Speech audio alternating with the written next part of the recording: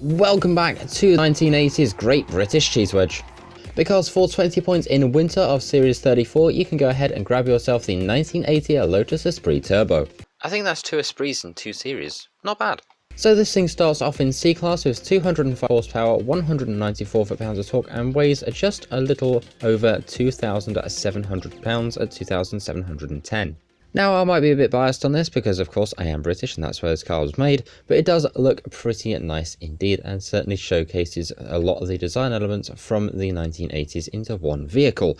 Going to the inside, there's not as much in terms of, well, anything really, but we do, of course, have a lot of dials and gauges ahead of us, and now let's go ahead and take a listen to the good old Esprit.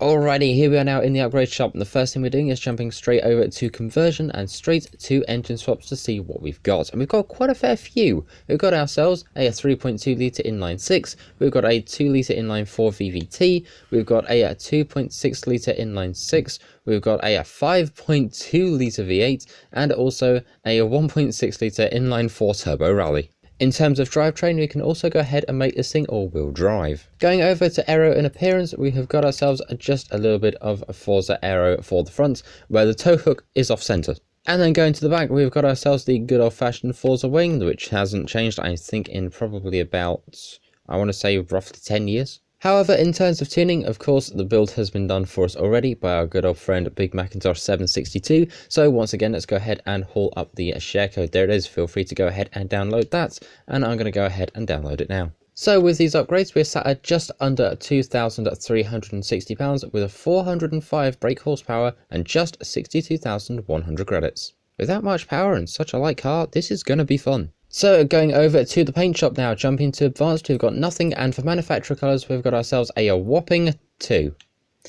Yay, many to choose from.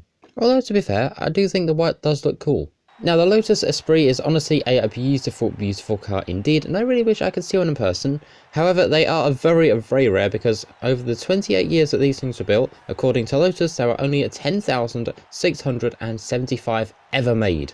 So, guess I better get searching. And away we go. We've got ourselves some good old-fashioned anti-lag. We have got 400 brake horsepower. We're up against a whole host of other various assorted vehicles, and we've got to try and go ahead and make our way up to first place. So going into the first turn, how do we do? Actually, not too bad. Oh, never mind, Blighty. Now, fun fact, the rarest Lotus Esprit ever sold was done via eBay and listed at 210,000 US dollars. Its name was the Copper Lotus Turbo Esprit, so again a Turbo Esprit a bit like this one, but obviously a lot more pricey. And in case you're wondering, here's what 210,000 US dollars looks like in British pounds. In the meantime, we're going up to the twistier parts of my good old favourite test track, so we've got a couple cars to pass, hopefully. Well, at least we've gotten past one Ferrari, we've now got to get past another, and I think we're probably going to be able to make that stick just about here, and through we go, we're now third. Going past the Porsche, make that second. And now only one car stands between us and a victory for the Lotus Esprit. And we've got to try and make it stick through here. And we do. First place is ours. Hopefully. Alright, 95%. We've got one more turn to go. That Ferrari is very, very close. But it will not be enough for us to go ahead and get across the line with a rather solid first place. And a time of 2 minutes 9. Alright, so it was actually a really good little bit of racing, and now we're going to go ahead and go over to tyres and rims, and we'll go ahead and see. Actually, do we have, again, no white walls? Forza, this car would look beautiful with them. Please add them. Although, speaking of things we need to add, we need to go ahead and add the drag tune to this thing once again, made by Mr. Big Macintosh 762, so a massive thank you to them for helping us out. There is the share code like normal. We're going to go ahead, install this, and see what we get. So if our racing tune wasn't light enough, we are now even lighter at £2,276 with 1,001 brake horsepower.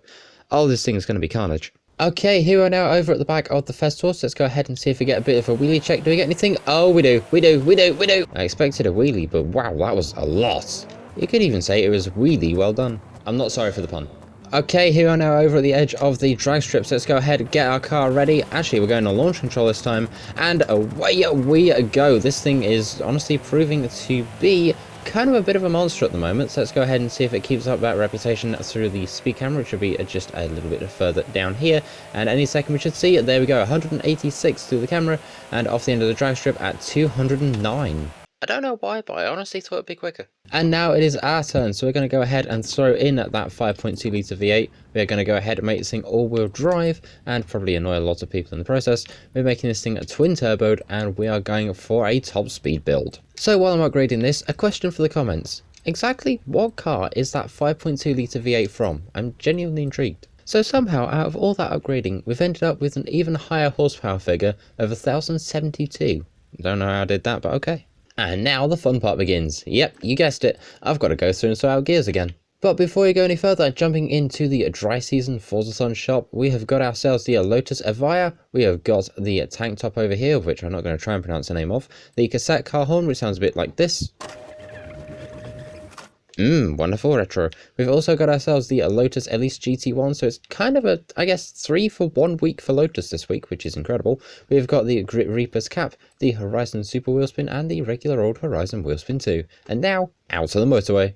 So here we're now over at the edge of the motorway, so let's go ahead and get ourselves onto some launch control, and away we go for a top speed run of the good old cheese wedge. Hopefully we're going to try and see if we can get roughly 250, seeing as we've got now that extra little bit of additional horsepower as well. So, well, let's go ahead and see what we get. Through the retro bit we go. If you want to see me drive through this retro bit at night with all the neons lit up, go ahead and let me know in the comments. And out of the speed zone at 242 point something, that moved way too quick for me to even deal with. But now we've got the downhill and speed camera, so let's go ahead and see what we get down there.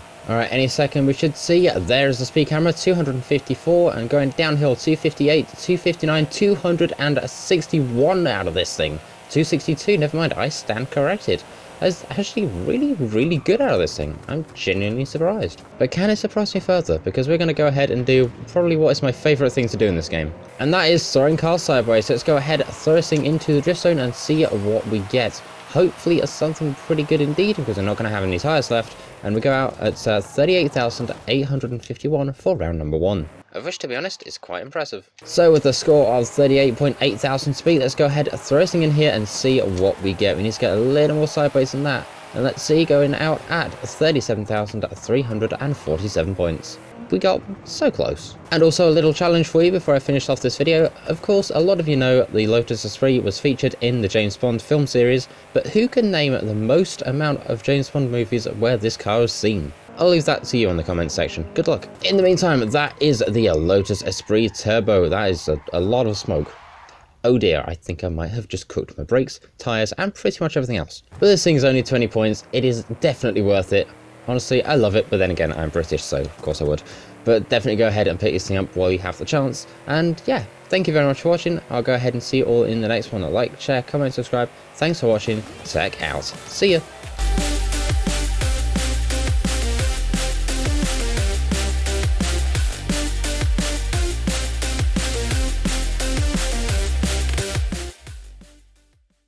I wonder if it's worth mentioning, I got a party invite straight after I finished that.